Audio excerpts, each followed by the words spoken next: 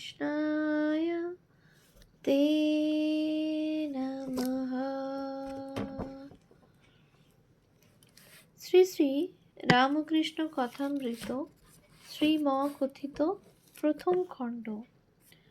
তব কথামৃতম তপ্ত জীবনম কবিভিরীড়িতম কল্মষাপহম শ্রবণমঙ্গলম শ্রীমদাততম ভুবি গৃণন্তি ইয়ে ভূরিদা জনাঃ।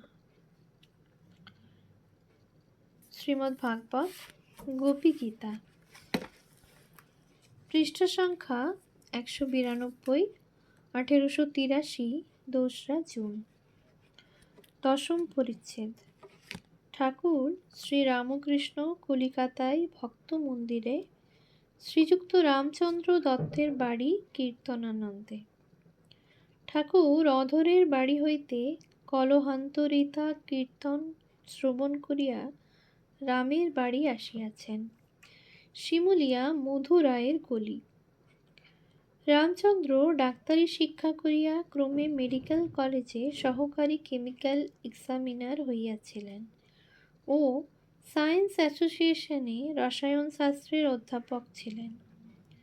তিনি স্ব উপার্জিত অর্থে বাড়িটি নির্মাণ করিয়াছেন। এই স্থানে ঠাকুর কয়েকবার শুভাগমন করিয়াছিলেন, তাই ভক্তদের কাছে এটি আজ মহা তীর্থস্থান। রামচন্দ্র শ্রী গুরুর করুণা বলে বিদ্যার সংসার করিতে চেষ্টা করিতেন। ঠাকুর 10 মুখে রামের সুখ্যাতি করিতেন, বলিতেন রাম বাড়িতে ভক্তদের স্থান দেয়, কত সেবা করে। তার বাড়ি ভক্তদের একটি আড্ডা। নিত্যগোপাল, লাটু, তারক, শিবানন্দ রামচন্দ্রের একরকম বাড়ির লোক হইয়া গিয়াছিলেন। তাহার সহিত অনেক দিন একসঙ্গে বাস করিয়াছিলেন। আর বাড়িতে নারায়ণের নিত্য সেবা। রাম ঠাকুরকে বৈশাখী পূর্ণিমার দিন, ফুল দোলের দিন এই ভদ্রাসন বাটিতে পূজার্থে প্রথম লইয়া আসেন। প্রায় প্রতি বর্ষে ওই দিনে ঠাকুরকে লইয়া গিয়া ভক্তদের লইয়া মহোৎসব করিতেন।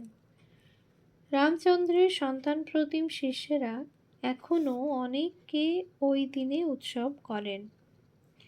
আজ রামের বাড়ি উৎসব, প্রভু আসিবেন। রাম শ্রীমদ্ ভাগবত কথামৃত তাহাকে শুনাইবার আয়োজন করিয়াছেন। ছোট উঠান, কিন্তু তাহার ভিতরেই কত পরিপাটি। বেদী রচনা হইয়াছে, তাহার উপর কথক ঠাকুর উপবিষ্ট। রাজা হরিশ্চন্দ্রের কথা হইতেছে। এমন সময় বলরাম ও অধরের বাড়ি হইয়া ঠাকুর আসিয়া উপস্থিত। রামচন্দ্র আগুয়ান হইয়া ঠাকুরের পদধূলি মস্তকে গ্রহণ করিলেন ও তাহার সঙ্গে সঙ্গে আসিয়া বেদীর সম্মুখে তাহার পূর্ব হইতে নির্দিষ্ট আসনে বসাইলেন। চতুর্দিকে ভক্তেরা, কাছে মাস্টার। রাজা হরিশ্চন্দ্রের কথা ও ঠাকুর শ্রী রামকৃষ্ণ। রাজা হরিশ্চন্দ্রের কথা চলিতে লাগিল। বিশ্বামিত্র বলিলেন, মহারাজ, আমাকে শশাগরা পৃথিবী দান করিয়াছ, অতএব ইহার ভিতর তোমার স্থান নাই। তবে কাশী ধামে তুমি থাকিতে পারো, সে মহাদেবের স্থান। চলো, তোমাকে তোমার সহধর্মিণী শৈব্যা ও তোমার পুত্র সহিত সেখানে পৌঁছাইয়া দিই। সেইখানে গিয়া তুমি দক্ষিণা জোগাড় করিয়া দিবে। এই বলিয়া রাজাকে লইয়া ভগবান বিশ্বামিত্র কাশীধাম অভিমুখে যাত্রা করিলেন। কাশীতে পৌঁছিয়া সকলে বিশ্বেশ্বর দর্শন করিলেন। বিশ্বেশ্বর দর্শন কথা হইবা মাত্র ঠাকুর একেবারে ভাবাবিষ্ট। শিব শিব এই কথা অস্পষ্ট উচ্চারণ করিতেছেন। রাজা হরিশ্চন্দ্র দক্ষিণা দিতে পারিলেন না। কাজেই শৈব্যাকে বিক্রয় করিলেন। পুত্র রহিতাস্য শৈব্যার সঙ্গে রহিলেন। কতক ঠাকুর শৈব্যার প্রভু ব্রাহ্মণের বাড়ি রহিতাস্যের পুষ্পচয়ন কথা ও সর্পদংশন কথাও বলিলেন। সেই তমসাচ্ছন্ন কাল রাত্রে সন্তানের মৃত্যু হইল। সৎকার করিবার কেহ নাই। বৃদ্ধ ব্রাহ্মণ প্রভু শয্যা ত্যাগ করিয়া উঠিলেন না। শৈব্যা একাকী পুত্রের শবদেহ ক্রোড়ে করিয়া শ্মশান অভিমুখে আসিতে লাগিলেন। মাঝে মাঝে মেঘ গর্জন ও অশনিপাত। নিবিড় অন্ধকার যেন বিদীর্ণ করিয়া একবার বিদ্যুৎ খেলিতেছিল। শৈব্যা ভয়াকুলা শোকাকুলা রোদন করিতে করিতে আসিতেছেন।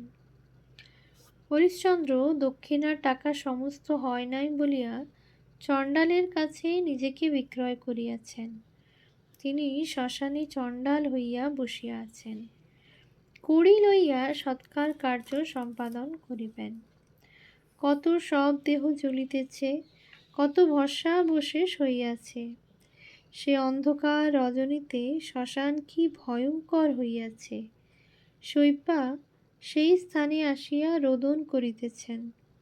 সে ক্রন্দন বর্ণনা শুনিলে কাহার না হৃদয় বিদীর্ণ হয়। কোন দেহধারী জীবের হৃদয় বিগলিত না হয়। সমবেত শ্রোতাগণ হাহাকার করিয়া কাঁদিতেছেন। ঠাকুর কি করিতেছেন? স্থির হইয়া শুনিতেছেন, একেবারে স্থির। একবার মাত্র চোখের কোণে একটি বারি বিন্দু উদ্গত হইল, সেইটি মুছিয়া ফেলিলেন। অস্থির হইয়া হাহাকার করিলেন না কেন? শেষেই বিশ্বামিত্রের আগমন, রহিতাস্যের জীবনদান, সকলের বিশ্বেশ্বর দর্শন ও হরিশ্চন্দ্রের পুনরায় রাজ্যপ্রাপ্তি বর্ণনা করিয়া কতক ঠাকুর কথা সাঙ্গ করিলেন। ঠাকুর বেদীর সম্মুখে বসিয়া অনেকক্ষণ হরিকথা শ্রবণ করিলেন। কথা সাঙ্গ হইলে তিনি বাহিরের ঘরে গিয়া বসিলেন। চতুর্দিকে ভক্তমণ্ডলী, কতক ঠাকুরও কাছে আসিয়া বসিলেন। ঠাকুর কতককে বলিতেছেন, কিছু উদ্ধব সংবাদ বলো। মুক্তি ও ভক্তি, গোপী প্রেম, গোপীরা মুক্তি চান নাই। কতক বলিলেন, যখন উদ্ধব শ্রী বৃন্দাবনে আগমন করিলেন, রাখালগণ ও ব্রজগোপীগণ তাহাকে দর্শন করিবার জন্য ব্যাকুল হইয়া ছুটিয়া আসিলেন। সকলেই জিজ্ঞাসা করিলেন, কৃষ্ণ কেমন আছেন? তিনি কি আমাদের ভুলে গেছেন? তিনি কি আমাদের নাম করেন? এই বলিয়া কেহ কাঁদিতে লাগিলেন। কেহ কেহ তাহাকে লইয়া বৃন্দাবনের নানা স্থান দেখাইতে লাগিল ও বলিতে লাগিলেন, এই স্থানে শ্রীকৃষ্ণ গোবর্ধন ধারণ করিয়াছিলেন, এখানে ধেনুকাসুর বধ, এখানে শকটাসুর বধ করিয়াছিলেন, এই মাঠে গরু চড়াইতেন, এই যমুনা পুলিনে তিনি বিহার করিতেন, এখানে রাখালদের লইয়া ক্রীড়া করিতেন, এই সকল কুঞ্জে গোপীদের সহিত আলাপ করিতেন। উদ্ধব বলিলেন, আপনারা কৃষ্ণের জন্য অত কাতর হইতেছেন কেন? তিনি সর্বভূতে আছেন, তিনি সাক্ষাৎ ভগবান, তিনি ছাড়া কিছুই নাই। গোপীরা বলিলেন, আমরা ওসব বুঝিতে পারি না, আমরা লেখাপড়া কিছুই জানি না, কেবল আমাদের বৃন্দাবনের শ্রীকৃষ্ণকে জানি, যিনি এখানে নানা ক্রীড়া করিয়া গিয়াছেন। উদ্ধব বলিলেন, তিনি সাক্ষাৎ ভগবান, তাঁকে চিন্তা করিলে আর এ সংসারে আসিতে হয় না, জীব মুক্ত হয়ে যায়। গোপীরা বলিলেন, আমরা মুক্তি এসব কথা বুঝি না, আমরা আমাদের প্রাণের কৃষ্ণকে দেখিতে চাই। ঠাকুর শ্রী রামকৃষ্ণ এই সকল কথা এক মনে শুনিতে লাগিলেন ও ভাবে বিভোর হইলেন। বলিলেন, গোপীরা ঠিক বলেছেন। এই বলিয়া তাহার সেই মধুর কণ্ঠে গান গাহিতে লাগিলেন। আমি মুক্তি দিতে কাতর নই, শুদ্ধা ভক্তি দিতে কাতর হই গো। শ্রীরামকৃষ্ণ কথকের প্রতি। গোপীদের ভক্তি প্রেমা ভক্তি, অব্যভিচারিণী ভক্তি নিষ্ঠা ভক্তি। ব্যভিচারিণী ভক্তি কাকে বলে জানো? জ্ঞান ও মিশ্রা ভক্তি। যেমন কৃষ্ণই সব হয়েছেন, তিনিই পরব্রহ্ম, তিনিই রাম, তিনিই শিব, তিনিই শক্তি, কিন্তু ও জ্ঞানটুকু প্রেমা ভক্তির সঙ্গে মিশ্রিত নাই। দ্বারকায় হনুমান এসে বললে সীতারাম দেখব। ঠাকুর রুক্মিণীকে বললেন তুমি সীতা হয়ে বসো, তা না হলে হনুমানের কাছে রক্ষা নাই। পাণ্ডবেরা যখন রাজসূয় যজ্ঞ করেন, তখন যত রাজা সব যুধিষ্ঠিরকে সিংহাসনে বসিয়ে প্রণাম করতে লাগলো। বিভীষণ বললেন আমি এক নারায়ণকে প্রণাম করব, আর কারুকে করব না। তখন ঠাকুর নিজে যুধিষ্ঠিরকে ভূমিষ্ঠ হয়ে প্রণাম করতে লাগলেন। তবে বিভীষণ রাজমুকুট শুদ্ধ সাষ্টাঙ্গ হয়ে যুধিষ্ঠিরকে প্রণাম করে। কিরকম জানো? যেমন বাড়ির বউ দেওর, ভাসুর, শ্বশুর, স্বামী সকলকে সেবা করে, পা ধোবার জল দেয়, গামছা দেয়, পিঁড়ে পেতে দেয়, কিন্তু এক স্বামীর সঙ্গেই অন্য রকম সম্বন্ধ। এই প্রেমা ভক্তিতে দুটি জিনিস আছে, অহংতা এবং মমতা। অহংতা আর মমতা। যশোদা ভাবতেন আমি না দেখলে গোপালকে কে দেখবে, তাহলে গোপালের অসুখ করবে। কৃষ্ণকে ভগবান বলে যশোদার বোধ ছিল না। আর মমতা, আমার জ্ঞান, আমার গোপাল। উদ্ধব বললেন মা, তোমার কৃষ্ণ সাক্ষাৎ ভগবান, তিনি জগৎ চিন্তামণি, তিনি সামান্য নন। যশোদা বললেন ওরে, তোদের চিন্তামণি নয়, আমার গোপাল কেমন আছে জিজ্ঞাসা করছি। চিন্তামণি না, আমার গোপাল। গোপীদের কি নিষ্ঠা! মথুরায় দ্বারীকে অনেক কাকুতি মিনতি করে সভায় ঢুকল। দ্বারী কৃষ্ণের কাছে তাদের লয়ে গেল, কিন্তু পাগড়ি বাঁধা শ্রীকৃষ্ণকে দেখে তারা হিট মুখ হয়ে রইল। পরস্পর বলতে লাগলো এ পাগড়ি বাঁধা আবার কে? এর সঙ্গে আলাপ করলে আমরা কি শেষে দ্বিচারিণী হব?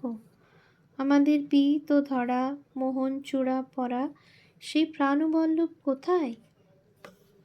দেখেছ এদের কি নিষ্ঠা! বৃন্দাবনের ভাবই আলাদা। শুনেছি দ্বারকার কাছে লোকেরা অর্জুনের কৃষ্ণকে পূজা করে, তারা রাধা চায় না। গোপীদের নিষ্ঠা জ্ঞান ভক্তি ও প্রেমা ভক্তি। ভক্ত কোনটি ভালো, জ্ঞান মিশ্রিতা ভক্তি না প্রেমা ভক্তি? শ্রীরামকৃষ্ণ। ঈশ্বরে খুব ভালোবাসা না হলে প্রেমা ভক্তি হয় না।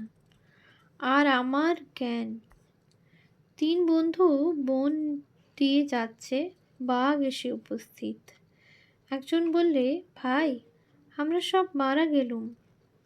একজন বললে না, কেন মারা যাব কেন, এসো ঈশ্বরকে ডাকি। আর একজন বললে না, তাকে আর কষ্ট দিয়ে কি হবে, এসো এই গাছে উঠে পড়ি। যে লোকটি বললে আমরা মারা গেলুম, সে জানে না যে ঈশ্বর রক্ষাকর্তা আছেন। যে বললে এসো আমরা ঈশ্বরকে ডাকি, সে জ্ঞানী, তার বোধ আছে যে ঈশ্বর সৃষ্টি স্থিতি প্রলয় এসব করছেন। আর যে বললে তাকে কষ্ট দিয়ে কি হবে, এসো গাছে উঠি, তার ভিতরে প্রেম জন্মেছে, ভালোবাসা জন্মেছে। তার প্রেমের স্বভাবই এই, আপনাকে বড় মনে করে আর প্রেমের পাত্রকে ছোট মনে করে, পাছে তার কষ্ট হয়। কেবল এই ইচ্ছা যে যাকে সে ভালোবাসে তার পায়ে কাঁটাটি পর্যন্ত না ফোটে। ঠাকুর ও ভক্তদিগকে রাম উপরে লইয়া গিয়া নানাবিধ মিষ্টান্ন দিয়া সেবা করিলেন।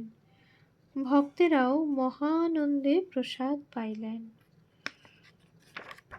ওম শান্তি শান্তি শান্তি। হরি ওম তৎসৎ। শ্রীরামকৃষ্ণার্পণমস্তু।